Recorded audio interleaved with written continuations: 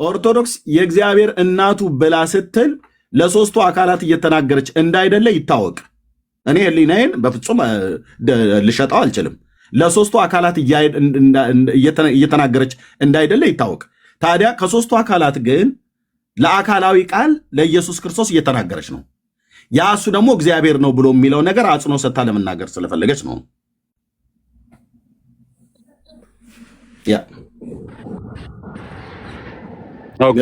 ብሩኬ መቀጠል ይችላል። ኤርምዬ ጌታ ኢየሱስ ይባርካቸው። እናንተ ቀጥሉ፣ ስራ ላይም ስለሆንኩኝ ዘመናቸው ይባረክ። ያው እኔ ግን የኔን ሀሳብ ብቻ 30 ሰከንድ ስጠኝና እንትን አድርጌ አይ ቲንክ ሜላ ከአንተ ጋር ጠይቅ ፈልጎ ይመስለኛል። አይ ዶንት ኖ ከቻልከው ንብነት። እሺ ሜላ ማን ሶሪ ብሩኬ እኮ ሳትወጣ ዜዶ ምናልባት ጥያቄ ስላለኝ እሺ ወንድም እሱ መልሰልን ብትወጣ ማለት ነው ከማስተካከል እሺ ተባረክ። ምናልባት እኔ ቅድም ሜላ የተናገረው በጣም ቆንጆ ነበር ብዬ አስቤ ነበርና አሁንም እሱ ላይ ጥያቄ የሚሆነው እሱ ላይ ነው። ለምሳሌ እኛ አንድ አካል ሁለት ባህሪ ብለን እናምናለን። ሁለት ባህሪ ስንል ፍጹም ሰው ፍጹም አምላክ እያልን ያለ ነው። ከዛ መጠበቂያዎቹን ደግሞ እናገራለን ቀጥለን። አንድ አካል ብለን ስናምን እንዴት ትረዳለህ? ይሄ ቢመለስ ቀላል ይሆናል ብዬ ስለማምን ነው። አንድ አካል ስንል ምን እያልን ነው? እሱን ብትነግረን ዜዶዬ። አንድ አካል ማለት አንድ አካል ነው። እኔ ማለት የሚችል ስሜት፣ ፈቃድ፣ እውቀት ያለው ማለት ነው። ኦኬ፣ አንድ አካል እሱ ሊባል የሚችል ማለት ነው። የአንዱ አካል ሰው ነው ወይስ አካላዊ ቃል ነው? አካላዊ ቃል በሰውነት የተገለጠው አካላዊ ቃል ነው። አንድ አካል ተብሎ የሚጠራው አካላዊ ቃል ነው ማለት ነው አይደል? በእንትን ከሄድክ በነገረ ክርስቶስ ከሄድክ በነገረ ማርያም ስትመጣ ግን አሁን ጥያቄ ያለው ነገረ ማርያም ላይ ስለሆነ በነገረ ክርስቶስ ስትሄድ ያ አንድ የአካላዊ ቃል ነው። ያ አካላዊ ቃል ግን መቼም የነበረ ማንነት ነው። መቼም የነበረ ምንነትም ነው። ስለዚህ እኔ አሁን እያልኩ ያለሁት ልክ ወደዚህ ግን ሲመጣ ግን ይኸውልህ በማርያም ግን ወደ ማርያም ሲመጣ ግን ለአካላዊ ቃል ምንነትን የሰጠች አይደለችም። ለአካላዊ ቃል እሱ ማን ነው ተብሎ ሲባል ምንድን ነው ተብሎ ሲባል ማንነትን ሳይሆን ምንነትን የሰጠች ነች። ምንነትን ማለት ኔቸርን ከእሷ የወሰደባት ነው አካላዊ ቃል። ስለዚህ አካላዊ ቃል ከምን ጋር ነው የእሷን ግንኙነት ከእሱ ጋር ያለው እንትን ብትለኝ እርሱ ምንድን ነው ብለህ ስትል ፍጹም ሰው ፍጹም አምላክ ነው እንላለን። ስለዚህ ምንነትን ያገኘባትን ወስጄ እንደ ማንነትን እንዳስገኘ አካላዊ ቃልን ወለደች ማለት በጣም ከባድ ነው ለኔ። ምንነትን ግን አግኝታለች። ፍጹም ሰው ፍጹም የሚለውን የጨመረው በሷ ስለሆነ ይኸውልህ ፍጹም ሰውነት ፍጹም ሴንስን የወለደችው እያልክ ነው ዜዶዬ? ምን አልከኝ? ባህሪን ነው የወለደችው እያልክ ነው? ምን አልከኝ? እያልክ ነው? ኖ ፍጹም ሰው ይኸውልህ ያንን ፍጹም ሰው ይኸውልህ ፍጹም አምላክ የሚባለውን ማንነት በስጋ ነው የወለደችው። ስጋ ደግሞ የዛ ፍጹም ሰው ባህሪ ነው ሆኖ የገባው። በቃ ከማርያም በማርያም ከመወለዱ እኮ ያገኘው ነገር ያ ዘላለማዊ የሆነው ቃል በማርያም በኩል ያገኘው ፍጹም ሰውነትን which is ባህሪን ነው፣ የሰውነት ባህሪን ነው ያገኘው።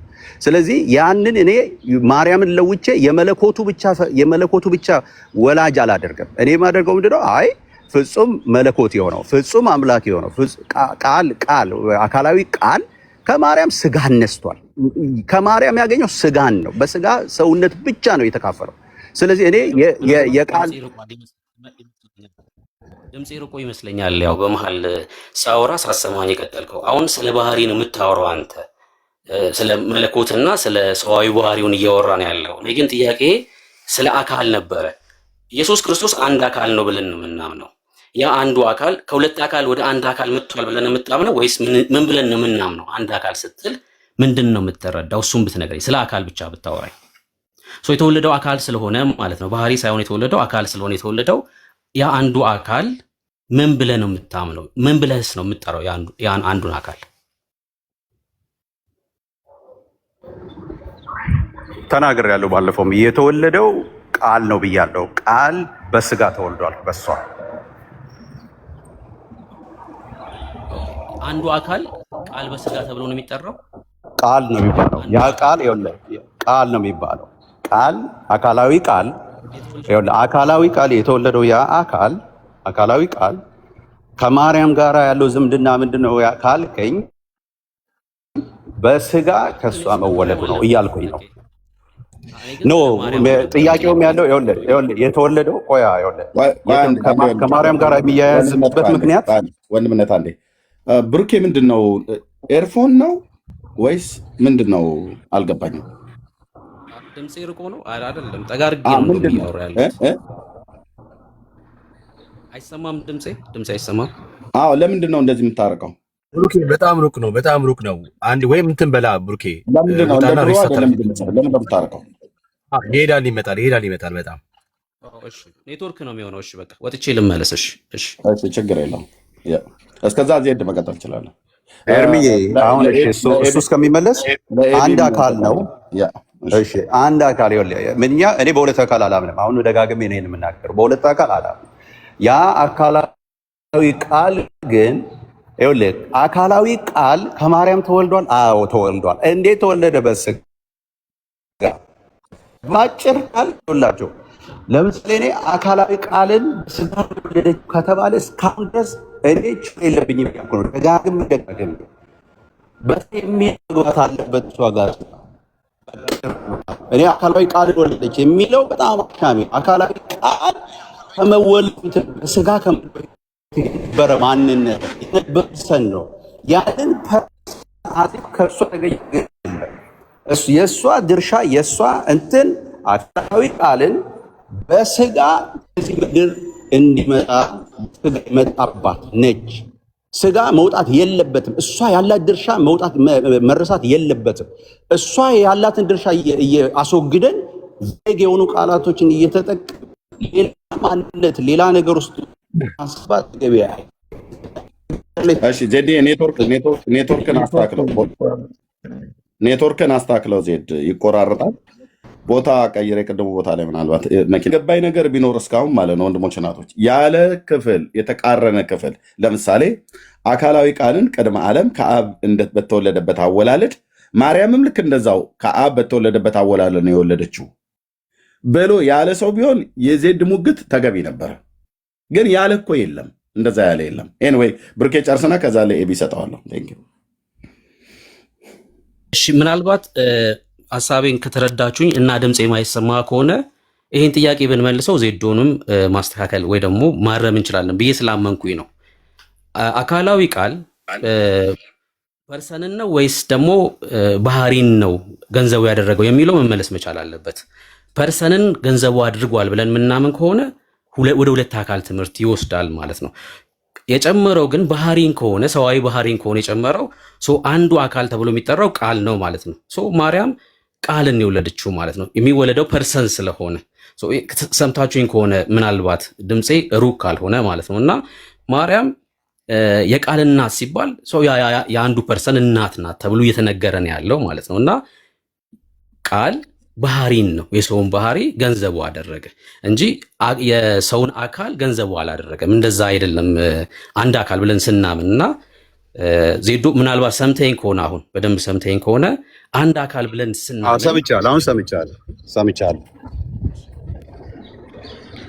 ሰምቻለሁ። ብሩክ ልጠይቅ ወይስ በተናገርኩት ተስማማክ? ጠይቀኝ ብሩክዬ፣ እየሰማው ነው። እሺ በዘላለም ውስጥ የነበረው አካላዊ ቃል የጨመረው ፐርሰንን ነው ወይስ ደግሞ ኢሴንስን ባህሪን ነው የጨመረው? እንዴ ፐርሰንን እንዴት ይጨምራል? በጭራሽ ባህሪን ምንድነው? ባህሪን ይጨምራል እንጂ ፐርሰንን ሊጨምር አይችልም። ፐርሰን ማለት ሰውነት ከዛ በፊት ሰልፍ ሰብሲስት የሚያደርግ ማንነት አልነበረም የነበረው። ስለዚህ እኔ ፐርሰንን የጨመሩ ብዬ አላምንም። ባህሪን ነው የተካፈለው ከማርያም። ያንንም ነው እኔ አሁን እያልኩ ያለሁት። ለምንድን ነው ባህሪው የማይነገረው ነው? ባህሪ ያገኘባት ነች እንጂ የፐርሰን ማንነት ያገኘባት ይኸውልህ የፐርሰን ማንነት ያገኘባት አይደለችም። በቃ ጨረስን እኮ አሁን እኮ አለቀ። ያ ማለት የሚወለደው ፐርሰን ነው ወይስ ባህሪ ነው የሚወለደው?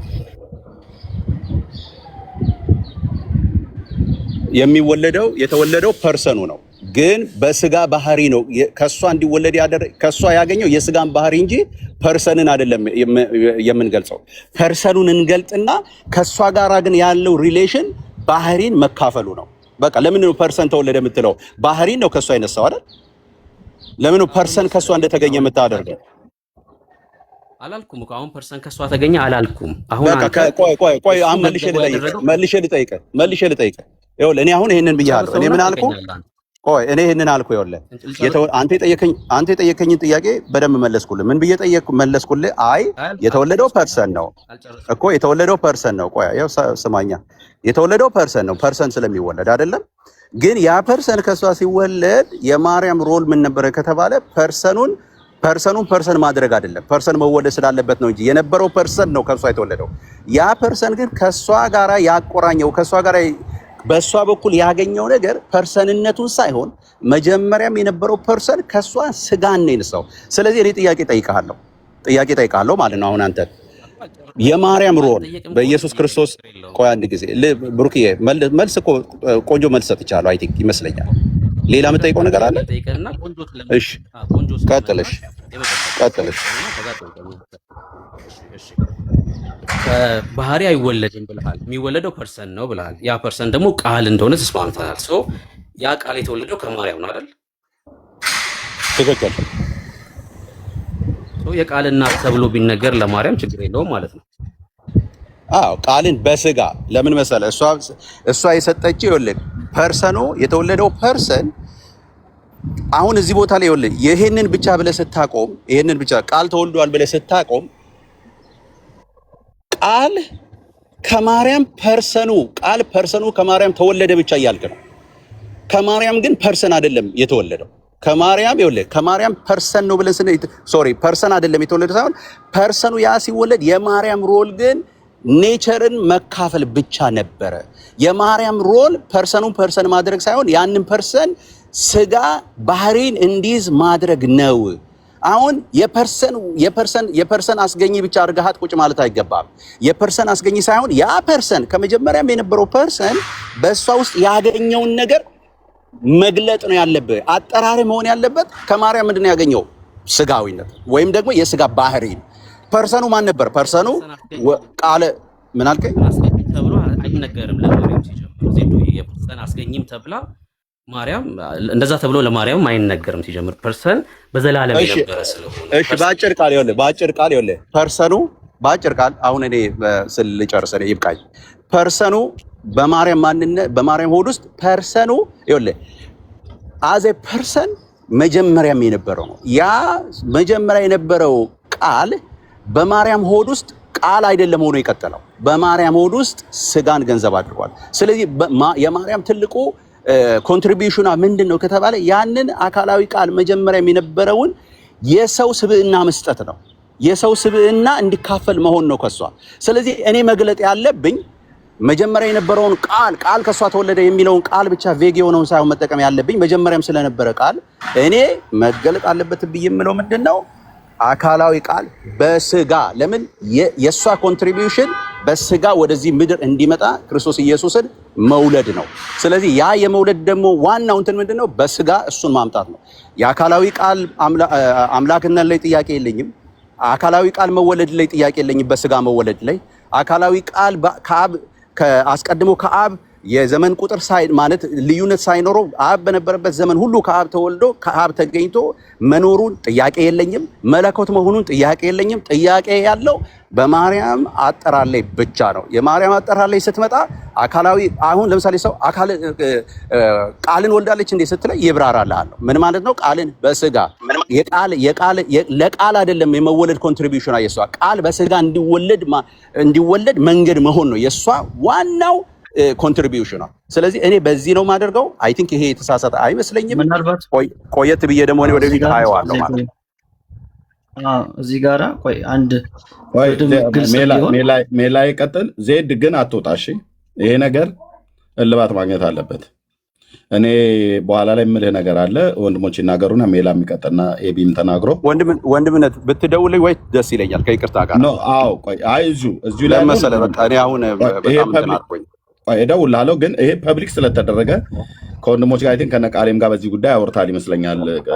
እህትዬ ዩቲዩብ ላይ የላከችልኝን ርዕሱን ያየሁት ባለመግባባት ተዘጋ የሚባል ነገር ይሄ ነገር መፈጠር የለበትም። በዚህ ጉዳይ ላይ አንተ እያልክ ያለው ነገር ተረድተንሃል፣ ግን ትክክል አይደለም ብለን እያልንህ ያለው ደግሞ ቦታ ላይ አለ። ይሄ ነገር አጥርተው ብትወጣ ነው ማለት አጥርተው ማለት በቃ እዚህ ጋር ማቆም አለበት ማለት በመስማማት ነው ማቆም ያለብን። ባለመስማማት እናንተም የራሳችሁን ሂዱ እኛም የራሳችን ሂዱ ብለህ ካልክ ዜድ ትክክል የማትሆንበት ቦታ አለ። እሱን በኋላ እነግርሃለሁ ማለት ነው። ሜላ ይቀጥል። ከዛ ኤቢም ከተናገረ በኋላ እንትን ትላለህ። ግን አትሄድ፣ ጊዜ እንሰጣለን ወንድምነት። አትሄድ፣ ሳትጨርሰው አትሄድ። ሜላ መቀጠል ትችላለህ። ቴንክ ዩ።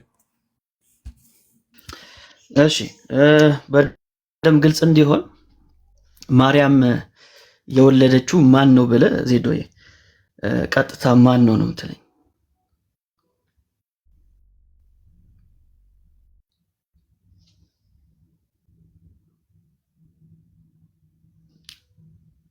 አይሰማም? እሺ ሜላ ይሰማል? ቆይ ዜድ መሰለኝ አልሰማ ወገኖች። እሺ እኔ ሰውን እዚህ ቤት ኑ ግቡ አትግቡ ብያለሁ። የላኩ ሰዎችን አስገባለሁኝ። ግን አንዳንድ ሰዎች የማንገባበት ቤት አለ ብለው ስላሉ አሁን ቃሌን አስገቡት እያሉ እኔ አትግባ ብዬ አላልኩትም።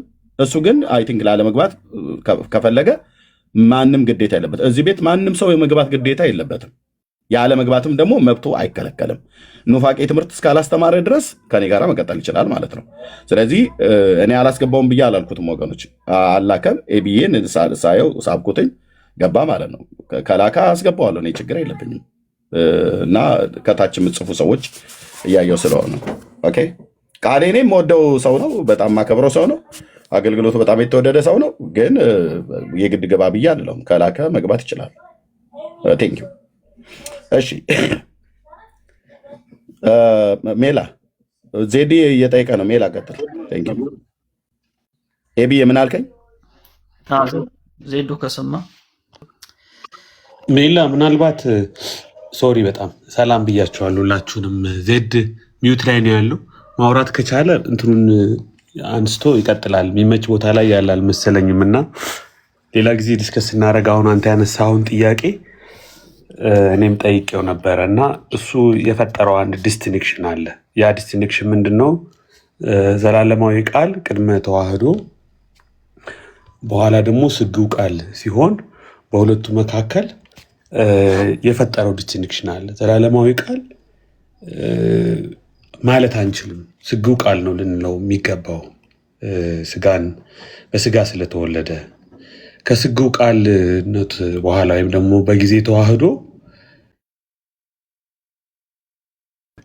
ማለት ያለብን ስግው ቃል ነው እንጂ ዘላለማዊ ቃል ልንለው አይገባም የሚል ሀሳብ አንስቷል። ይሄ አንዱ ትልቅ ችግር ነው እኔ ያገኘሁት። ማለት ዘላለማዊ ቃልነቱ አልተለወጠም። ይሄ ዲቫይን ሲምፕሊሲቲንም ያናጋል። ስግው ቃል ካላልነው በስተቀር ዘላለማዊ ቃል ልንለው አንችልም የሚለው አንዱ ትልቁ ክፍተት እሱ ነው። ሌላው አካላዊ ተዋህዶን እና ባህሪያዊ ተዋህዶን፣ እኛ ተዋህዶ ስንል ሁለት አይነት ቋንቋ ነው። የኦርቶዶክሶቹ ፍጹም ኮምፖዛይት የሆነ የኛ ስትሪክት የሆነውን አንቀበልም፣ ቱ ኔቸር ነው የምንቀበለው። ግን ሁለቱ ባህሪያት በማርያም ማህፀን ሲዋሃዱ ኢንዲፔንደንት የሆነ እኔ ባይ ቁመና የሰብአዊ ባህሪው የለውም። ስለሌለው እኛ አን ሃይፖስታሲያ እንለዋለን በመጽሐፍ ቅዱስ ትምህርት ቤት። ሂውማን ኔቸሩ ኢንዲፔንደንት ሃይፖስታሲስ የለውም። አሁን ሂውማን ኔቸሩ ኢንዲፔንደንት የሆነ እኔ ባይነት ቢኖረው ፓርቲኩላሪቲውን ያገኘው በሎጎስ ባይሆንና ልክ ፕሮሶፖኒክ እንዳደረገው እንደ ንስጥሮስ ራሱን ችሎ እኔ ባይ ቢሆን አይ ልክ ነው ቃል ዘላለማዊ ቃል በስጋ ብለን ቃልን ሎጎስን ከስጋ ጋር እናወዳድረው ነበር። አሁን ፓራላሊዝሙ ራሱ ሮንግ ፓራላሊዝም ነው የተሰራው። ያዘ ፐርሰኖች ልክ ንስጥሮስ እሱ እንደዛ አላምንም ነው የሚለው። ኤክስፕረስ የሚያደርግበት መንገድ ግን ያ ነው። ስግው ዘላለማዊ ቃልን በስጋ ተወለደ ስንል ስጋን ራሱን ችሎ ቁመና እንዳለው እኔ ባይ እንደሆነ አስመስሎ የማቅረብ አይነት ያ አደገኛ ነገር ነው። ስለዚህ እኛ በስጋ ስንል ስጋ ራሱን ችሎ ኢንዲፔንደንት ፐርሰናል ኤግዚስተንስ ያለው ሆኖ ሳይሆን እኛ የምናብራራበት መንገድ የሂውማን ኔቸሩ ኢንዲፔንደንት የሆነ ሃይፖስታሲስ የለውም። ይልቁንስ የሚያገኘው ራሱ ፐርሰናል ኤግዚስተንሱን የሚያገኘው በሎጎስ ሃይፖስታሲስ ነው። እሱን ኤን ሃይፖስታሲያ እንለዋለን። ሃይፖስታቲክ ዩኒየን የምንለውም ለዛ ነው። ሃይፖስታቲክ ዩኒየን ነው እንጂ ፕሮሶፖኒክ ዩኒየን አይደለም። ፐርሰናል የሆነ ዩኒየን ፓርትነርሽፕ ሲሪል ቄርሎስ በንስጥሮስ ላይ እንደተሳለቀበት እንትን አክሲዮን ማህበር አይደለም የገቡ ሎጎስና ሂውማኒቲ ወይም ስጋ። ሎጎስ ራሱን የቻለ እኔ ባይ ኮንቲንጀንት ያልሆነ ነው። ስጋ ግን ኮንቲንጀንት ጥገኛ ነው። የሎጎስ ጥገኛ ነው። ሲጀመር ዘላለማዊ ቃል በስጋ የሚለው ቃል ስጋን ከዘላለማዊ ቃል ጋር እያወዳደር ነው ወይም ደግሞ ከእሱ ጋር ቁመና ኑሮት እኔ ባይ ሆኖ እንደቀረበ አካል አድርገን ልንወስዶ አንችልም። ያ ኤክስፕሬሽን በጣም አደገኛ ኤክስፕሬሽን ነው። ስለዚህ ዩኒየኑን እኛ ዩኒየን የምንለው የምንገልጸው ሃይፖስታቲክ ዩኒየን ነው፣ ባህሪያዊ ተዋህዶ ነው። ያ ባህሪያዊ ተዋህዶ ወይም ደግሞ ዋን ክራይስት ዋን ሃይፖስታሲስ ቱ ኔቸር ነው የምንለው፣ ዲቫይን ሂውማን ዩኒየን ነው የምንለው። እሱን አገላለጽ ነው መጠቀም ያለብን። በቃ እሱ በጣም ድንበር የምናበጅበት ትክክለኛ የክርስቶስን ማንነት ሰብአዊ ባህሪውን ከመለኮታዊ ባህሪው በሁለት ባህሪ በኮምፖዛይት ባህሪም ኦርቶዶክሶች ይግለጹት፣ እኛም በሁለት ባህሪ የምንግለጸው እሱ ድንበር ሊበጅለት ይገባል ነው። ሌላው ግን ደጋግሞ ዜድ የሚያነሳው ነገር ምንድን ነው? ኦርቶዶክስ ላይ ያለ የተለጠጠ ነገረ ማርያም አለ።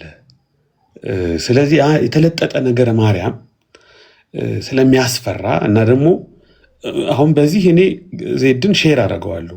ስጋትን በተመለከተ ያው እንግዲህ በስጋት ቴዎሎጂ አይሰራም፣ በስጋት አስተምህሮ የሆነ አይሸራረፍም። ያንን በትክክል ጤናማውን አስተምህሮ በትክክል ይዘን ነው መቀጠል ያለብን። ግን ኦርቶዶክስ ላይ ያለውን ነገር ኦርቶዶክስ ጋር ያለውን የተለጠጠ የነገረ ማርያም ማንቀበለውን ነገረ ማርያም የምናስተካክለው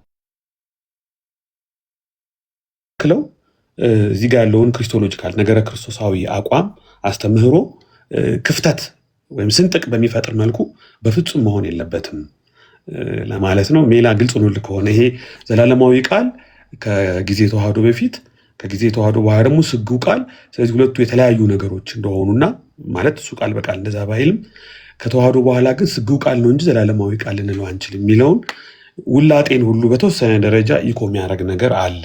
ያ አደገኛ ነገር ነው ተባብለን ነበር። እንግዲህ ከጨመርክበት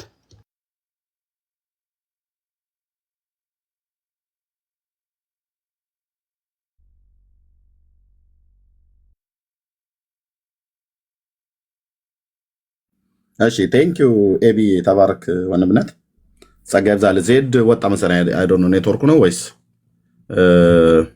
ቴንኪዩ ሜላ ብርኬ የምትሉት ካለ እህትየው ሜርሲም ሌሎችም ሜላ አለህ?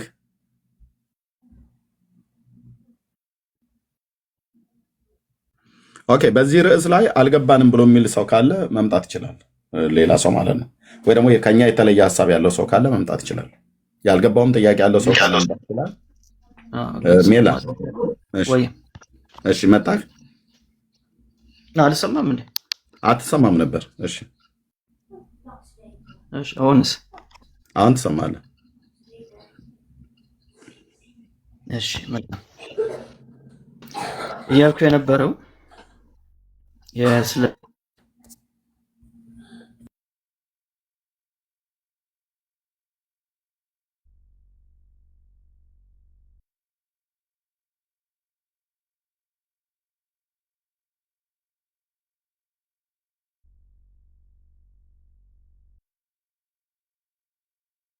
ሜላ ምን ሆነ ነው? ተቋርጧል።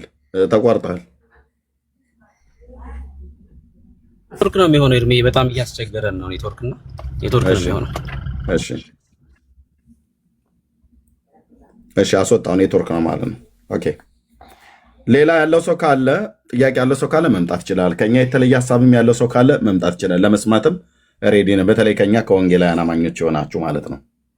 ኦኬ ወንድሞች እንደተናገሩት ግልጽ ነው፣ ትምህርቱ ግልጽ ነው። አንዳንድ ጊዜ የግድ መለየት እኮ የለብንም። አዎ የኦርቶዶክስ ነገረ ማርያም ትምህርቷ በቃ እሱን ቅድም የተናገርኩት ቃል እሱ የኔ ቃል እኔ ነኝ የተጠቀምኩትኝ። ኦፌንድ ካረጋቸው የሚያደርጋቸው ግን ለእኔ የሚገልጥልኝ ቃል እሱ ነው። ነገረ ማርያም ትምህርቷ በቃ ያልጠራ የማይጠራ ሽንፍላ ትምህርት ነው።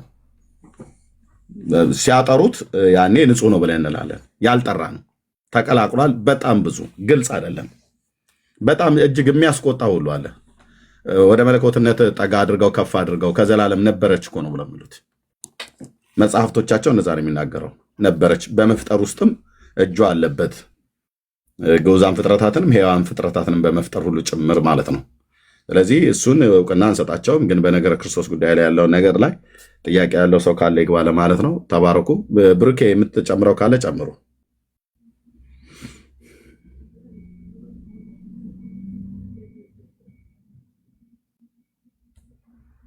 እሺ የላችሁ ወንድምነት ኦኬ። የተነሳው ሀሳብ በቂ ነው። ምናልባት አሁን ይሄ ከማርያም አንጻር በዛ ቤት የሚለጠጠው ነገር እንዳለ ሆኖ የኛን ትምህርት ደግሞ በደንብ ማስተማርና መያዝ ደግሞ ይገባል ብዬ አምናለሁ። ለምሳሌ ቅድም ዮሐንስ መጥምቀ መለኮት ተብሎ ይጠራሉ የሚል ጥያቄ አንስቻለሁ።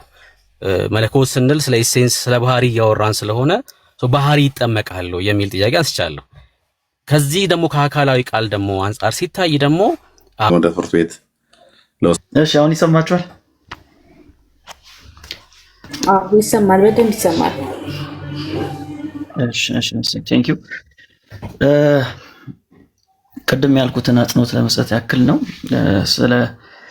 በዚህ ጉዳይ ላይ ስናወራ በጣም ፎከስ ፖይንቱ ኢየሱስ መሆኑን መገንዘብ ይኖርብናል። በፊትም የተነሳው ፖይንት እሱ ስለሆነ ማለት ነው። የማርያም ጉዳይ ሳይሆን ትልቁ የሐሳቡ ትኩረት የኢየሱስ ክርስቶስ ፐርሰኑ ላይ ስለሆነ ማለት ነው። እና ስለ ቴዎቶኮስ ስናወራ ወላዲተ አምላክ ስንል እንደዛ የተባለበት ምክንያት ምንድነው? ውይይቱን የፈጠረው ምክንያት ምንድነው ከተባለ ጉዳዩ ያለው ከማርያም ጋር ሳይሆን ጉዳዩ የሚገናኘው ቀጥታ ከኢየሱስ ክርስቶስ ጋር ነው። ስለዚህ ከማርያም የተወለደው እሱ አምላክ ነው ወይንስ አምላክ አይደለም ነው ፖይንቱ። ስለዚህ ለንስጥሮስ ከሱ የተወለደው አምላክ አይደለም ሰው ነው። ስለዚህ ይሄንን ሐሳቡን ባትል ማድረግ ስለሚገባ ጉባኤ ተዘጋጀና እነ ቄርሎስ ሐሳባቸውን እንጸባረቁ ማለት ነው። እንደ ቀላል ኢሹ መታየት የለበትም። ምክንያቱም ቀጥታ የሚገናኘው ኢሹ ሲነሳ ፎከስ ፖይንቱ ኢየሱስ ስለሆነ ማለት ነው። ስለዚህ ማርያም ማን ነው የወለደችው ከተባለ ቃልን ነው የወለደችው። ቃልን ወልዷለች። በምን ወለደችው ከተባለ በስጋ ወልዷለች። በዚህ አይነት መንገድ ነው ማስቀመጥ ያለብን። አሁን ንስጥሮስ ፎከስ አድርጎ የነበረው የሰውነት ባህሪ ወይም ሂውማን ኔቸሩ ላይ ስለነበር ማርያም ቃል ልትወልድ አትችልም። ከተወለደ በኋላ ሂውማን ኔቸሩ እሱ ላይ ያደረበት ወደሚል ሐሳብ ወሰደው። እንደዛ ካደረግነው ችግር ይፈጥራል። ቴዎቶኮስ ነው ስንል ወይም ስንላት ማርያምን ከሷ የተወለደው አምላክ ነው እያልን ነው። ፖይንቱ ይሄ ነው። ከሷ የተወለደው እርሱ አምላክ ነው። ይሄ ነው ነጥቡ። 4 ነጥብ ማድረግ ያለብን እሱ ነው። ስለዚህ ያኔ ሲነጋገሩ ያስጨነቃቸው የነበረው ጉዳይ ምንድነው? ከማርያም የተወለደው ሰው ብቻ ነው ወይ? አይደለም። እሱ ማን ነው? አምላክ ነው። እሱ አምላክ ነው። በሌላ አገላለጥ ማርያምን ራሱ የፈጠረ ነው። እሱ ከሷ የተወለደው ማርያምን ራሱ የፈጠረ ነው። አምላኳ ነው። የሷ ራሱ ጌታዋ ነው። ስለዚህ ዋናው ፖይንቱ ኢየሱስ አምላክ ነው ለማለት ነው። ስለዚህ እኛ አንድ ፐርሰን ነው ስንል ምን እያልን ነው? ያ ፐርሰን ዲቫይን ፐርሰን ነው እያልን ነው እንጂ ሂውማን ፐርሰን አይደለም። ሂውማን ፐርሰን አይደለም። የዲቫይን ፐርሰን ሂውማን ኔቸርን የሰውን ባህሪ ገንዘቡ አድርጎታል። ስለዚህ ማርያም አብስትራክት የሆነውን ሂውማን ኔቸሩን አይደለም፣ ያን ብቻ አይደለም የወለደችው። እንደሱ ከተባለ እሱ ችግር አለው። ዘላለማዊ የሆነውን ቃል ወልዳለች። አካላዊ ቃልን ወልዳለች። አካላዊ ቃል ለብቻ ቃል ለብቻም ደግሞ ለሁለት የሚደረግ ነገር አይደለም። አካላዊ ቃል ነው ስለ ምን ማለታችን ነው? ዝሩ ቃል አይደለም ፐርሰን ነው ያን ነው። ሌላ ምንም የተለየ ሚስጥር የለውም። እና ማርያም ቃልን ከመውለዷ በፊት አካላዊ ቃል ነው፣ ከዛ በኋላ አካላዊ ቃል አይደለም የሚል ሀሳቦች ከተነሱ እሱ ችግር ይፈጥራል፣ በጣም ችግር ይፈጥራል፣ በጣም ችግር ይፈጥራል። ለዛ ነው በምሳሌ አድርጌ አሁን እኔ እናቴ እኔን ወልዳኛለች። እናቴ እኔን ስትወልደኝ ፐርሰንን ነው የወለደችው፣ ሌላ ሜሎስን ነው የወለደችው እንጂ አጠቃላይ እኔ ሰው ስለሆንኩ ሂውማን ኔቸርን ሁሉ ወልዳለች ማለት አይደለም ማለት አይደለም። ስለዚህ ዋትና ሁ የሚለው ነገር በጣም መለየት ያስፈልገዋል፣ በጣም መለየት ያስፈልገዋል። ስለዚህ ማርያም የወለደችው ማን ነው ከተባለ የወለደችው አካላዊ ቃልን ነው። ስለዚህ ወላዲተ ቃል ትባላለች ወይ? ኦፍ ኮርስ ትባላለች። በነገራችን ላይ ማርያም የወለደችውን ነው አብ ልጅ የሚለው ምንም ጥያቄ የለውም። ሁለት ልጅነት ስለሌለ ማለት ነው። ምንም እንኳን ኢየሱስ ሁለት ልደት አለው ብለን ብናምንም ኢየሱስ ሁለት ልጅ አይደለም፣ ሁለት ልጅ አይደለም። ስለዚህ ማርያም የወለደችውን ልጄ ብሎታል። አብ ልጅ ያለውን ማርያም ልጄ ብለዋለች። ለምን ያለው አንድ ፐርሰን ነው ስለሆነ አንድ ፐርሰን ነው። ያ ፐርሰን ፍጹም አምላክ ፍጹም ሰው የሚል አረፍተ ነገር ከጨመራችሁበት ልክ አይደለም። ፐርሰኑ ሎጎስ ነው፣ ዲቫይን ነው። ግን የዲቫይን ፐርሰን ሂውማን ኔቸርን የራሱ አድርጎታል፣ የራሱ ገንዘብ አድርጎታል። እና ዝም ብሎ የሆነ አብስትራክት የሆነ ሂውማን ኔቸርን ብቻ ማርያም አልወለደችም። ኢንተርናል የሆነ ዘላለማዊ የሆነውን ወልድን የወለደችው ወልድን የወለደችው በዚህ አይነት መንገድ መታየት አለበት። ስለዚህ በእያንዳንዱ ጌታ ኢየሱስ ክርስቶስ ሲናገር እኔ እያለ ሲናገር በእያንዳንዱ አክሽን በስተጀርባ ያለው ማን ነው? ሎጎስ ነው። አይ የሚለው እኔ ብሎ የሚናገረው ዲቫይን ፐርሰን ነው። በዚህ አይነት መንገድ ማየት ይኖርብናል። ስለዚህ የኤፌሶንን ጉባኤ ስናነሳ ፎከስ ፖይንታቸው የነበረው ምንድነው? የተወለደው ማን ነው? በቃ ፎከስ ፖይንቱ እሱ ነው። ስለዚህ እሱ ማን ነው? ሎጎስ ነው የሚል ነው ትኩረት ኤሪያቸው። ምናልባት የዜዶም ስጋት አንዳንድ ሰዎችም ሲናገሩ የሰማው ስጋት ምንድነው? ኦርቶዶክስ ቤተክርስቲያን እንደዚህ ትላለች የሚል ሐሳብ ይነሳል። እኔ አሁን የነገርኳችሁ ሐሳብ የመጽሐፍ ቅዱስን ሐሳብ ነው የነገርኳችሁ። ከዛ ደግሞ ካለፈ በኤፌሶን ጉባኤ ላይ የተወሰነውን ሐሳብ ነው በጣም በጥቂቱ የነገርኳችሁ። ስለዚህ ሐሳቡ ልክ ነው ብዬ ያነሳውበት መንገድ መጽሐፍ ቅዱሳዊ ስለሆነ ነው። ከዛ በኋላ ደግሞ አባቶችም በዚህ አይነት መንገድ ስላስቀመጡት ነው። አሁን ላይ ግን ያለው ማርያምን ቴዎቶኮስ ሲሉ ፎከስ ፖይንቱ ኢየሱስን ለማድረግ ነው ወይ ከተባለ እሱ ላይ እኔ ጥያቄ አለብኝ። አሁን ላይ ፎከስ ፖይንቱ ማርያም ላይ ስለሆነ ነው። አሁን ላይ ፎከስ ፖይንቱ ሽፍት ተደርጓል። እንደዛ ብዬ ደግሞ አምናለሁ። ያኔ በኤፌሶን ጊዜ ፎከስ ፖይንቱ ጌታ ኢየሱስ ነው። ያ ቃልም ሲያመጡ ከኢየሱስ አንጻር ነው ያዩት። አሁን ላይ ግን ስንመጣ ፎከስ ፖይንቱ ሽፍት ተደርጓል፣ በተለያየ መንገድ ተቀይሯል። ይሄ ደግሞ በብዙ ማስረጃ ማሳየት እንችላለን። ማርያምን ወላዲተ አምላክ ሲሏት አሁን ላይ የኢየሱስን አምላክነት ለማጉላት አይደለም፣ የእሷን ክብር ለማጉላት ነው የሚፈልጉት። ለዛ እኮ ነው አሁን ስንወያይ ብዙ ጊዜ ይገቡና ምንድነው የሚሉን? እንዴ የአምላክ እናት አይደለች ወይ? ብታማልድ ምንድነው ችግሩ? የአምላክ እናት አይደለችም ወይ? ጸሎታችን ብሰማ ምንድነው ችግሩ? የአምላክ እናት አይደለችም ወይ? በሁሉ ቦታ ተገኝታለች ብንል ምንድነው ችግሩ ነው የሚሉን አሁን ላይ። ይሄ ለነቄርሎስ እንግዳ ነው። አሁን ላይ እነሱ እየተጠቀሙበት ያለው ሞቲቭ ልክ አይደለም። ሞቲቭ ልክ አይደለም። ለምሳሌ ማርያም የኢየሱስ እናት አይደለችም ወይ? ነች እኮ። ክሪስቶቶኮስ የሚለው ቃል በራሱ ዝም ብለን ብናየው ችግር አለበት ወይ? በራሱ እኮ ችግር የለበትም። ግን ሞቲቭ ምን ነበር? ንስጥሮስ ይህን ሐሳብ ሲያነሳ ሞቲቭ ምን ነበር ከተባለ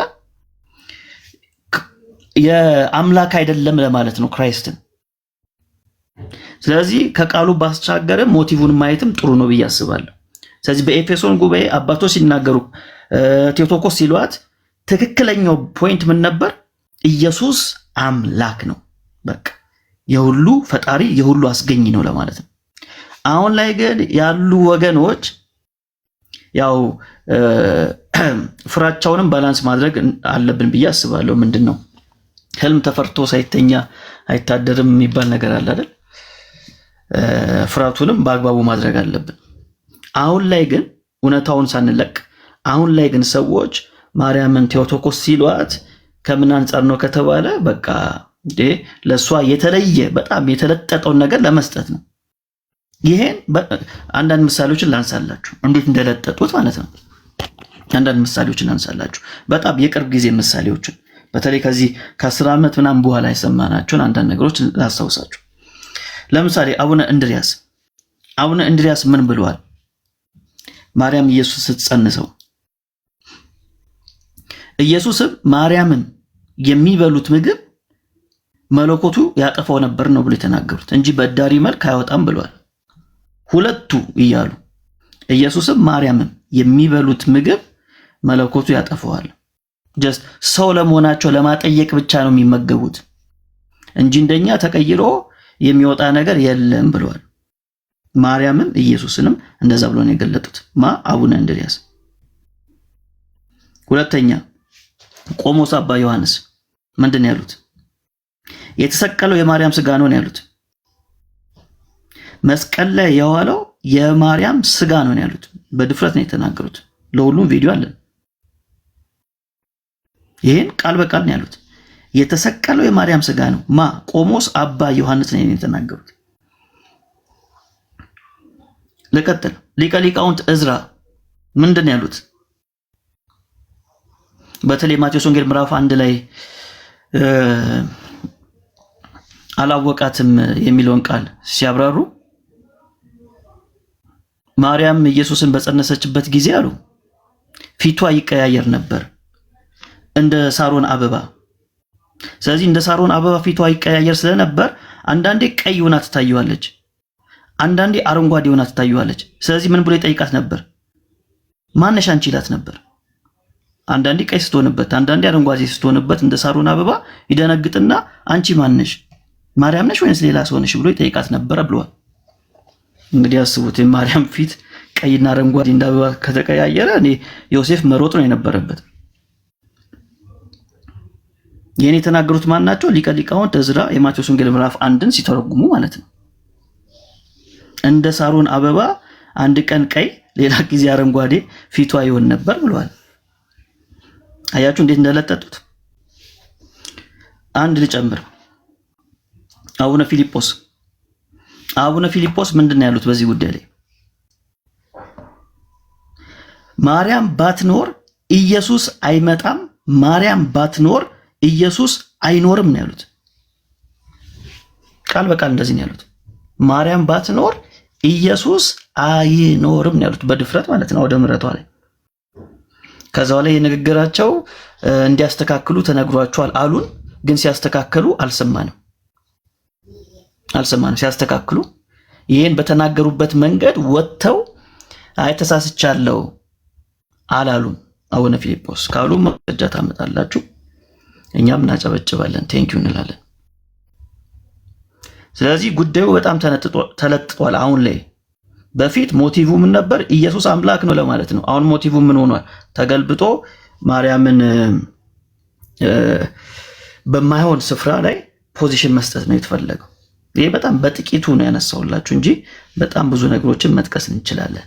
ግን እስቲል እነሱ እንደዚህ ስላሉ ያንን ትምህርት እንጥለዋለን ወይ? አንጥለውም። ያንን ትምህርት እንተዋለን ወይ? አንተውም። ያን ትምህርት ሞዲፋይ እናደርጓለን ወይ? አናደርገውም። ቴዎቶኮስ የሚለውን እንቀበላለን። ወላዲተ አምላክ ነች። ቴንክ ዩ።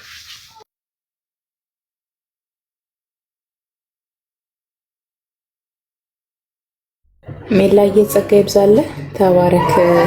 ጌታ ኢየሱስ ዘመንን ይባርክ። በደንብ ነው ያብራራክልን። ዳንዬ ካለህ ቀጥል ወንድምነት።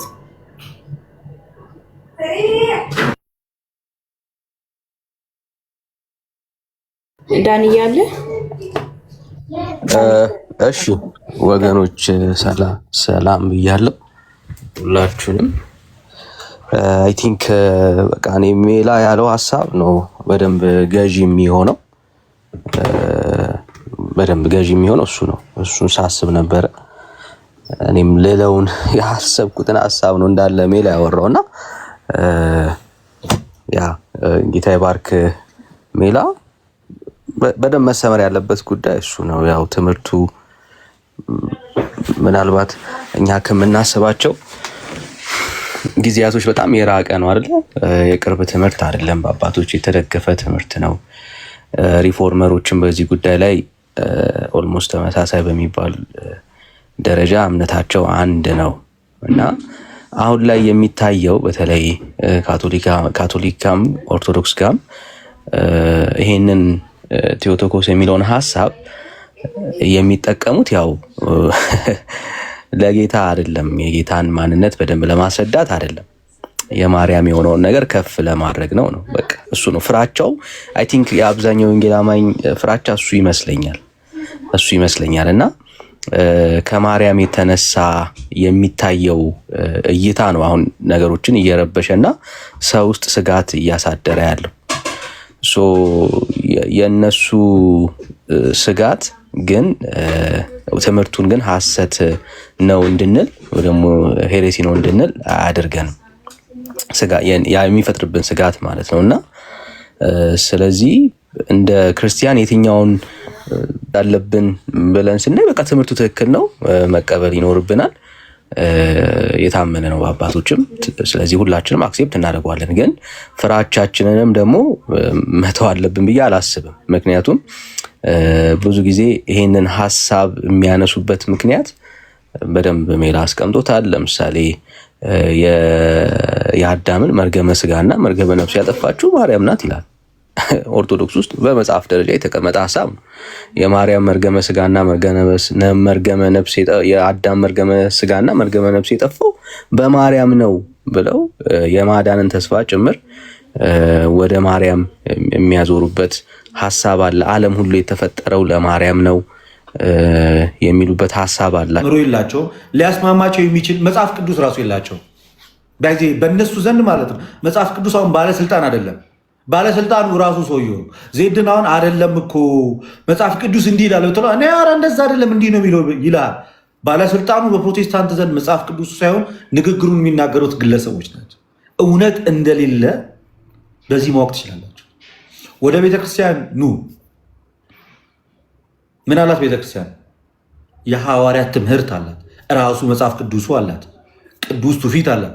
የቤተክርስቲያን አባቶች ያስተማሩት ትምህርት እነዚህን ሁሉ አስማምታ ያዘች። ስለዚህ የሆነ ሰው ብድግ ብሎ የትምህርት ልዩነት ቢፈጥር ባክትሬስ ሲደረግና ይሄ ትምህርት በቀደሙ የቤተክርስቲያን አባቶች ተሰጥቷል ወይ፣ ትምህርቱ ይታወቃል ወይ፣ ቤተክርስቲያን ታውቀዋለች ወይ ተብሎ ይመረመራል፣ ይመዘናል። ካልሆነ ወደ ጎን ይወጣል ማለት ነው።